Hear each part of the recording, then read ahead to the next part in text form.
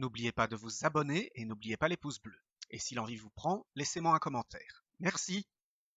Bonjour à tous, bonjour à toutes et bienvenue sur Corvans Prod. Nous allons reprendre l'étalonnage dans Final Cut Pro 10 et nous allons voir aujourd'hui deux éléments capitaux de votre colorimétrie, les courbes de teinte saturation ou courbes HSL ou comme je les appelle, courbes croisées et établir votre continuité à travers vos images. Je vous rappelle que dans les anciens tutos, donc, nous avons vu avec les roues comment normaliser une image, nous avons normalisé Quatuor et nous l'avons ramené à un contraste, une saturation acceptable et on a créé un premier grade avec Quatuor ou avec les courbes, on a utilisé les courbes pour créer un premier grade très satisfaisant pour Quatuor ici.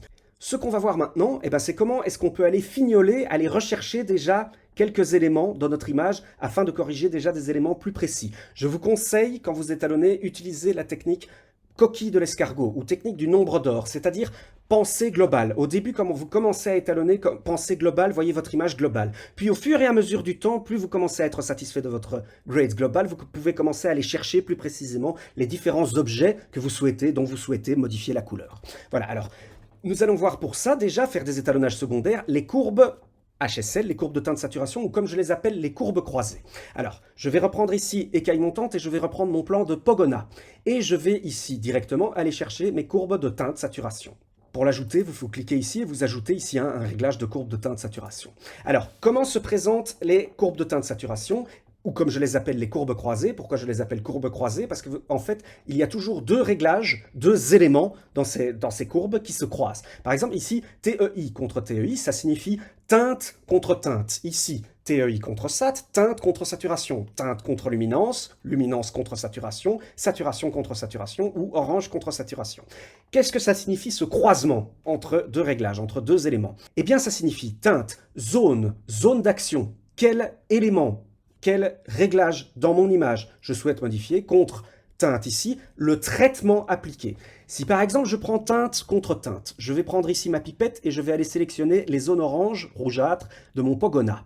Clic. Voilà, on voit qu'ici j'ai sélectionné, vous voyez, la zone rouge de mon Pogona. J'ai sélectionné une zone de teinte, donc j'ai sélectionné la zone rouge orangé de mon Pogona par sa teinte. Et donc maintenant, qu'est-ce que je fais si je commence à modifier? Hop, j'ai un Pogona cyan, j'ai un Pogona vert, j'ai un Pogona magenta, j'ai un Pogona bleu. Vous voyez, en fait, ici, qu'est-ce que je suis en train de faire? Je suis en train de modifier la teinte. Donc, je pense que vous avez compris par rapport à notre vector scope. Je vais le refaire ici. Je sélectionne une teinte, donc je sélectionne une zone, un degré de rotation dans mon vector scope et je corrige la teinte, donc je fais tourner, je fais pivoter mon vector scope. Vous voyez, c'est exactement ce qui se passe sur le vector scope ici. Voilà. Et donc, par exemple, ici, maintenant, si je vais sélectionner ma teinte contre saturation, je vais prendre exactement le même point. Donc, comme on a fait au début avec la teinte contre teinte, j'ai sélectionné une teinte. J'ai sélectionné l'orangé de mon Pogona. Et donc, maintenant, si je modifie, hop, là, j'ai un Pogona qui n'a plus de saturation et tout gris. Et si je monte, voilà, j'ai un Pogona hyper pétant avec une saturation qui déchire la rétine, je vais dire. Vous voyez, très simple. Donc, je crois que vous comprenez le principe. Zone d'action contre traitement, toujours ainsi. Je crois est-ce que j'ai besoin de vous expliquer ce que veut dire teinte contre l'UMA? C'est tout simple. Voilà, si je reprends ici l'orangé de mon Pogona, vous voyez bien que, hop, voilà, il devient de plus en plus sombre, et si je le monte, il devient de plus en plus éclairé. Là, on touche à la luminance. Voilà. Donc, je crois que vous comprenez le principe, je ne vais pas vous les détailler. En fait, toute la subtilité des courbes croisées, ça va être de pouvoir identifier rapidement laquelle sera la plus efficace pour le traitement que vous voulez appliquer. Et je vais vous montrer des exemples. Et pour cela, je vais reprendre mon plan de moulure. Donc vous vous souvenez, avec notre plan de moulure, je pense que je vous avais déjà dit dans les tutos précédents que ce qui m'embêtait ici avec mon moulure, c'est que ces écailles dorsales et les écailles ici les plus éclairées, les plus saturées, eh bien elles sont censées être jaunes. Il a des écailles à ce niveau-là qui sont jaunes. Or ici, elles ne sont pas jaunes, elles sont totalement orangées. Vous voyez? Comment est-ce que je peux corriger ça? Eh bien, nous allons aller chercher nos courbes croisées. Donc essayons d'identifier. Je dois corriger de l'orangé qui passe vers le jaune. Quel traitement?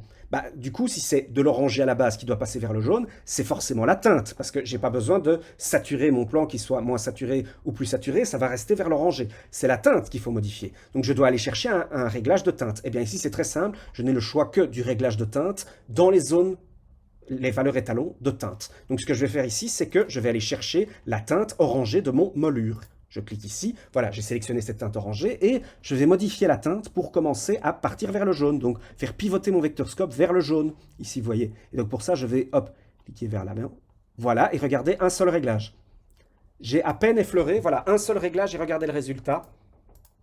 C'est limpide, hein, un seul réglage et on est tout de suite, voilà, là il est orangé, ah là il est jaune, hein, clairement, je peux même encore un tout petit peu le renforcer, un tout petit peu, voilà, regardez. Et très efficace, hein, les courbes croisées, il n'y a pas d'outil plus simple que ça pour corriger un élément vers un autre. Voilà, donc vous voyez, ici j'ai tout de suite, voilà, ici mon moulure a bien les écailles jaunes. Alors, pour vous citer un autre exemple d'identification de courbes croisées à utiliser.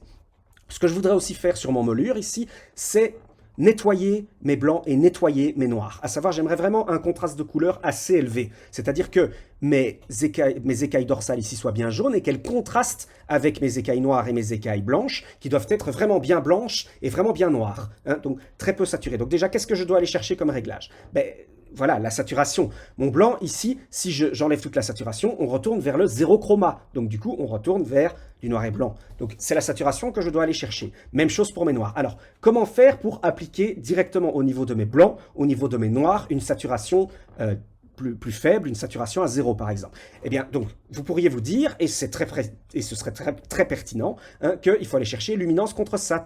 Parce que facile, les blancs, c'est les hautes lumières, les noirs, c'est les basses lumières. Donc si je prends ici mes blancs, et que je les abaisse au niveau luminance contre saturation, donc ici j'abaisse la saturation, alors ça marche pour les blancs, mais alors de nouveau je dois aller chercher, vous voyez, mes noirs, hein, pour le faire sur mes noirs, parce que là, ça ne l'a fait que sur mes blancs. Donc je dois aussi aller chercher la luminance la plus basse, vous voyez. En fait, vous pouvez faire ça en un seul réglage, une seule courbe croisée. Laquelle? Mais c'est tout simple.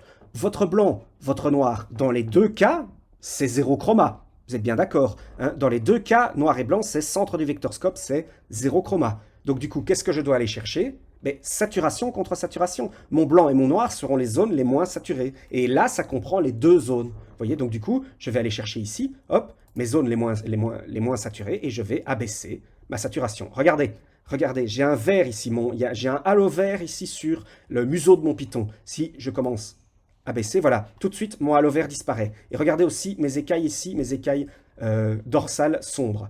Regardez, hop, hop.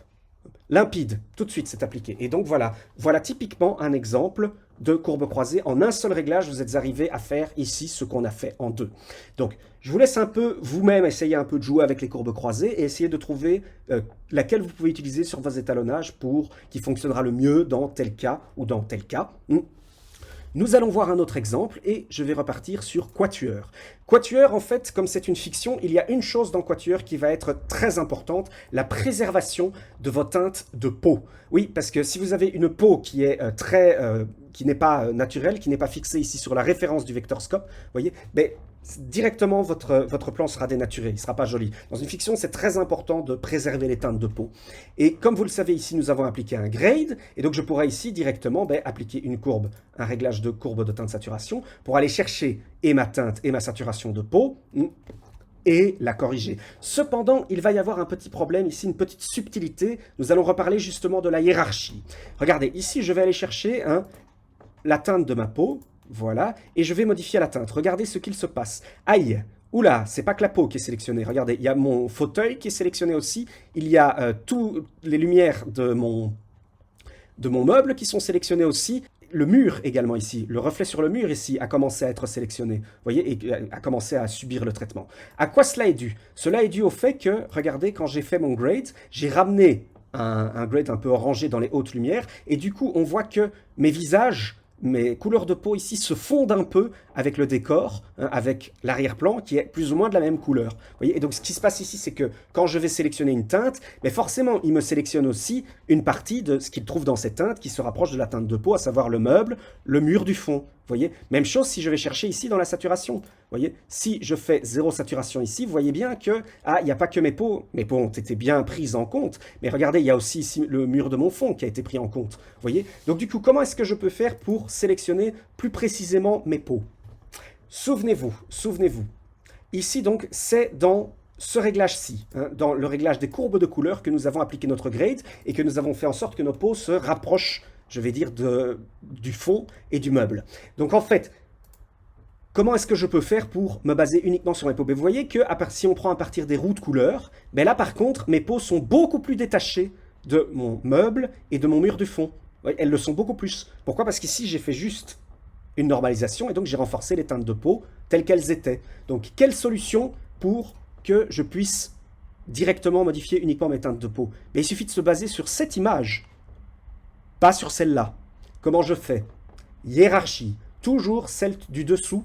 Le réglage que vous avez appliqué en dessous s'applique sur l'image corrigée du dessus. C'est-à-dire que si j'applique mes courbes de teinte de saturation, il les applique là-dessus, sur l'image corrigée ici. Donc qu'est-ce que j'ai à faire? Je crois que vous avez fait le lien, hein, c'est très simple. Il faut que je l'applique après mes roux de couleur, avant mon grade. Voyez? Et là, vous allez voir tout de suite que si je reste bien sur mes courbes de teinte de saturation et que je vais chercher par exemple ma teinte contre teinte, tac, voilà, vous allez tout de suite voir que, ah, voilà, ça y est, vous voyez, ma teinte se modifie, mais mon fond n'est plus affecté, mes meubles ne sont plus affectés. Vous voyez? Alors, il y a toujours le fauteuil qui est affecté, mais c'est pas trop grave, vous allez voir que dans notre cas, ça ne va pas nous déranger. Donc du coup, en fait, ici, je pourrais directement utiliser la teinte contre teinte et la teinte contre sat pour ramener mes visages, mes peaux, mes bras à un niveau un peu différent de mon fond. Donc pour ça, je vais corriger la teinte, mais très peu. Ici, voilà, et je vais légèrement modifier, pas beaucoup, hein, vraiment très peu, il ne faut pas dénaturer. Hein. Là, vous voyez, je repars plus ou moins vers le jaune-vert. Moi, je vais plutôt retourner un peu vers le magenta pour les différencier de mon orangé. Vous voyez, voilà, ça me semble plutôt pas mal, et je vais prendre ici ma teinte saturation, ici, et je vais la monter pour faire ressortir un peu plus mes couleurs de peau. Voilà, et ça fonctionne très bien, regardez, voilà. Là, ils sont un peu ternes, ils se fondent, hop, là, ils se décrochent complètement du fond. Ça a très bien fonctionné. Alors, vous pouvez, ici, il y a peut-être une fonction qui peut être utile. Vous pouvez le faire avec une seule courbe croisée. Il y a une nouvelle courbe croisée, celle-ci est spécifique à Final Cut Pro 10, c'est celle-ci, orange contre sat. Donc en fait, là ici, vous voyez, je peux désactiver mes deux réglages, enfin non, plutôt uniquement celui de la saturation, et je peux directement aller chercher ici mon orange contre saturation pour en plus me baser sur une certaine luminance. Vous voyez, là il se base ici sur la luminance, et donc du coup, en plus, je peux corriger ceci, et normalement, si je ne me trompe pas, oui, voilà, c'est bon, je peux commencer à avoir uniquement mes peaux. Vous voyez, ça marche assez bien. J'attrape aussi le fauteuil, etc. Mais c'est pas grave. C'est pas grave. Vous voyez qu'ici, ça fonctionne plutôt bien. Justement, on renforce un peu le contraste de couleur, la rivalité qu'il y a entre notre camarade ici assis sur un fauteuil rouge et lui assis sur un fauteuil magenta. Vous voyez, donc ceci ici fonctionne assez bien. Et vous retrouvez la fonction que je vous ai montrée dans le tuto précédent, spécifique à Final Cut Pro 10. Vous pouvez ici, vous voyez, aller choisir directement sur quelle teinte vous voulez baser cette courbe. Ça peut être assez pratique, donc je vous invite à essayer vous-même chez vous et à l'utiliser. Voilà, et bien donc, nous avons ici un étalonnage qui fonctionne très bien. Hein. Je vous rappelle que dans l'ordre, nous avons, hop, corrigé, normalisé pour ramener un niveau de saturation, un niveau de contraste acceptable. Ensuite, nous avons créé un grade. Et ensuite, nous avons corrigé nos teintes de peau. Et voilà un étalonnage qui me semble déjà parfait, pour, plus ou moins, pour Quatuor. Alors maintenant que nous commençons à être satisfaits du plan que nous avons appliqué sur Quatuor, eh bien on peut prendre ce plan comme plan de référence pour notre continuité. C'est ce qu'on va voir maintenant, comment appliquer une continuité sur tout notre montage vis-à-vis de notre étalonnage. Alors la première chose qu'on pourrait se dire, si on regarde les autres plans, on voit qu'ici, il y a une séquence où Quatuor, les plans sont très similaires les uns avec les autres. Ça, c'est la particularité en général d'une fiction. Maintenant, ça peut arriver aussi en documentaire. Mais voilà, ici, vous voyez, en fiction, donc, nous avons beaucoup de plans. Il y a même ici un même plan qui a été réutilisé. Donc, en fait, on pourrait se dire que ce qui serait bien, ce serait d'appliquer exactement le même étalonnage, les mêmes réglages sur les autres plans. Comment est-ce que je fais? Eh bien, pour ça, je prends mon plan ici, de référence, je fais un commande C pour le copier, je vais aller par exemple sur le deuxième élément, le deuxième plan ainsi, et je vais faire maj commande V pour coller les attributs. Et ici, Final Cut Pro 10 me demande quels effets, qu'est-ce que je veux copier comme attribut. Je sélectionne bien entendu ici tous mes effets d'étalonnage, mes roux de couleur, mes courbes, et je fais coller. Et voilà, et tout de suite, hein, l'étalonnage s'adapte, et voilà, ici sur ce plan, ça fonctionne plutôt grandement bien. Alors, ok, ça c'est une méthode, mais si vous commencez à faire commande C, commande V partout, ça peut être assez pelant. En fait, on peut se dire même que l'étalonnage, il pourrait fonctionner, en théorie, sur toute la scène, ici. Comment est-ce que je peux faire un seul étalonnage sur plusieurs plans? Eh bien, il y a la technique calque d'effets. Alors, pour ça, moi, je vais aller ici, dans mon navigateur, hein, je vais demander à voir afficher les titres et les générateurs, et en fait, ici, j'ai installé un générateur motion externe qui est le calque d'effets. Je vous mets le lien en description, vous pouvez aller le télécharger. Soit ce que vous pouvez faire, c'est le mettre, le faire vous-même avec si vous avez motion. Si vous avez motion, vous pouvez le faire vous-même. En fait, c'est un titre. C'est un titre personnalisé où il n'y a pas d'effet, où il n'y a pas de titre en fait. Et donc, je vais glisser ici mon calque d'effets, hop, sur mes autres plans. Voilà, ici par exemple, je vais le mettre sur les plans ici qui n'ont pas été étalonnés. Voilà, et je vais reprendre ce calque d'effets. Je vais de nouveau faire majuscule commande V pour coller les attributs. je le fais, et maintenant vous pouvez voir que tous les plans sous mon calque d'effet, je vais désactiver le navigateur pour que vous voyez mieux, tous les plans sous mon calque d'effet sont à présent étalonnés. Et on voit que ça marche avec certains, avec celui-ci ça marche, avec celui-ci ça marche beaucoup moins. Ici, le plan est trop sombre. Mais à vous maintenant de revenir sur ce plan, par exemple, et de commencer à corriger. Mais il existe des fonctions qui vont vous permettre d'étalonner en comparaison, donc en comparant plan à plan. Je vais vous montrer ça. Déjà, il y a une fonction alors. Je vous la montre juste parce que, voilà, je vais effacer ici. Je vous la montre juste parce que, voilà, au moins vous savez qu'elle existe, mais moi personnellement je ne l'utilise jamais. Hein, sincèrement, je ne l'utilise vraiment jamais. Hein, c'est ici la fonction correspondance des couleurs. Vous voyez, je clique ici sur la baguette et je vais sur correspondance des couleurs, raccourci Alt Commande M. Voilà. Et donc là, vous voyez, je peux commencer à aller chercher mes différentes colorimétrie et cliquer pour matcher. Bon, voilà, vous savez que ça existe, moi je l'utilise jamais, c'est automatique et c'est pas du tout fiable, donc vous pouvez obtenir des résultats qui sont totalement incohérents. Vous pouvez l'essayer si vous avez des plans assez proches, mais voilà, moi je ne vais pas l'utiliser. En fait donc, ce qu'il va nous falloir également, c'est comparer de plan à plan. Vous avez vu qu'ici, dans Quatuor, ben, on a quand même des plans qui sont assez similaires les uns les autres sur une séquence. Par contre, si je reprends écaille montante, mais écaille montante, on a des plans qui sont tous très différents. Donc ça va être plus difficile pour notre continuité, il va falloir commencer vraiment à comparer plan à plan et à faire des étalonnages manuels, pas automatiques. C'est ce qu'on peut faire avec le visualiseur de comparaison. C'est ce que je vais vous montrer maintenant. Je vais prendre mon plan de Pogona par exemple, et je vais ici aller chercher dans Fenêtre, afficher l'espace de travail, je vais choisir visualiseur de comparaison. Tac. Voilà. Et donc maintenant, regardez, j'ai mon visualiseur ici, hein, qui s'est mis en route. Et donc ici, j'ai mes instruments vidéo. Temporairement, je vais les masquer. Hein. Voilà. Et donc, vous voyez, en fait, ici, vous avez directement une comparaison d'images que vous pouvez faire. Cette comparaison d'images, regardez, ici, il me montre le plan précédent ce plan. Et si je clique ici, il me montre le plan suivant. Donc, mon plan de gecko. Et voilà, vous voyez, ici, coupe précédente, coupe suivante. Comme je suis sur ce plan-ci, hein, sur ce plan-là, hein, que j'ai désélectionné, hop, hop, et bien voilà, je peux commencer à appliquer mon étalonnage. Donc commencer par exemple au niveau des hautes lumières à baisser le bleu, voilà, et à ramener par rapport à mon plan suivant ou mon plan précédent. Ça, c'est intéressant. Mais ce qui serait plus intéressant, c'est pas de comparer au plan suivant ou au plan précédent dans ce cas-ci. On a déjà fait un étalonnage, nous, qui nous convient, c'est ceci. Hein. Et bien à ce moment-là, ce que je peux faire, c'est aller ici sur enregistrer, voilà, et je vais aller sur mon plan de moulure et je vais faire enregistrer l'image. Vous voyez, donc je suis bien sûr enregistré, je fais enregistrer l'image. Voilà, et maintenant j'ai mon plan de référence, mon moulure. Ce qui fait qu'à présent, je peux aller par exemple sur un autre plan, par exemple ici, et je peux commencer à étalonner pour ramener mon plan, hein, mon plan de moulure, exactement à la même colorimétrie que l'autre. Pour vous faciliter la tâche, vous pouvez afficher vos instruments vidéo, vous pouvez évidemment les afficher sur le visualiseur de comparaison, et en fait, pour avoir plus facile à comparer, vous pouvez faire ici présentation, vous sélectionnez verticale. Et voilà, et alors là, vous voyez, vous avez ici, j'ai ma parade, j'ai mon vecteur scope, donc je vais temporairement en mettre qu'un seul. Voilà, j'ai ma parade ici, et donc ici aussi, je peux choisir ma parade, comme ça. Et donc, vous voyez, ici, ben, je peux directement commencer à corriger mon moulure. Donc voilà, je vais commencer à comparer ici, couleur, éliminer l'orangé.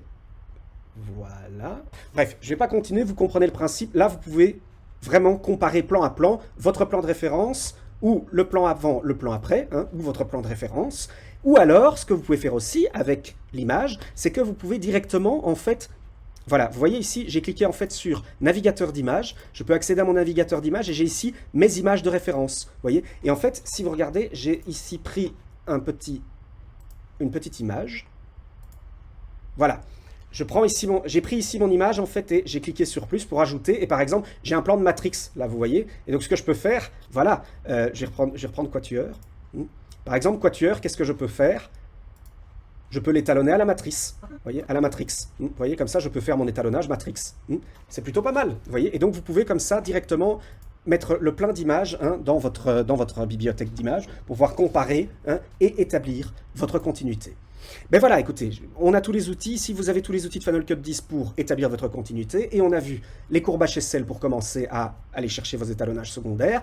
Ce tutoriel est terminé. Je vous rassure, évidemment, je reviendrai sur le calque d'effets et la comparaison de plans. Hein, je reviendrai là-dessus lorsqu'on parlera des workflows, probablement dans le prochain tuto. Merci à tous de m'avoir suivi, merci à toutes, et à très bientôt.